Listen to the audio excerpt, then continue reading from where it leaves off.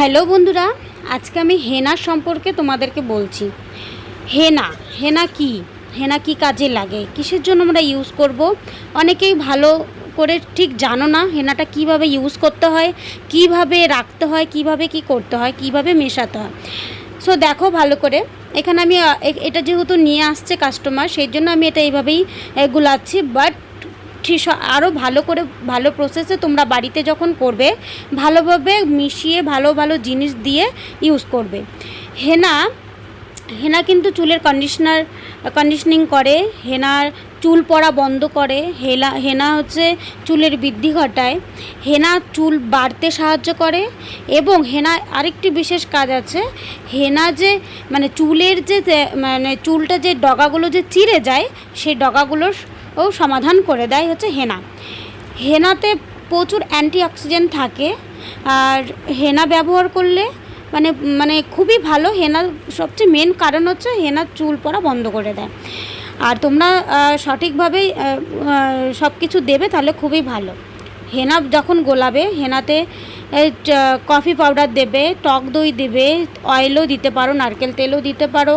আমি এরপরে একদিন একটা দেখাবো অয়েল কী করে বানাতে হয়, সেটাও তুমি ইউজ করতে পারো।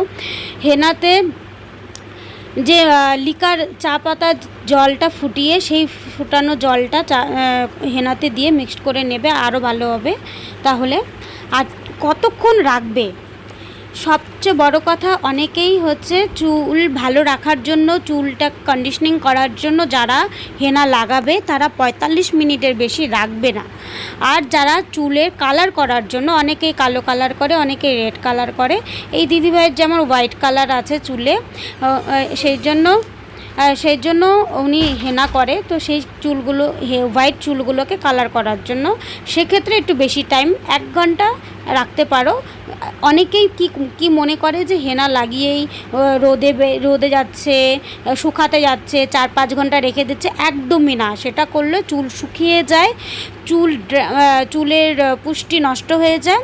এর জন্য চুল মিক্সডের সময় টক দইটা অবশ্যই দেবে। টক দই দিলে চুলের হেনা চুলকে রেশমের মতো নরম করে তোলে এবং জেল্লাও আনে, চুলটা একদম ঝকঝকে করে। হেনা কতক্ষণ রাখবে সেই সময়টা কিন্তু তোমরা জানো না। হেনা বেশিক্ষণ রাখলে চুলের ক্ষতি হয়।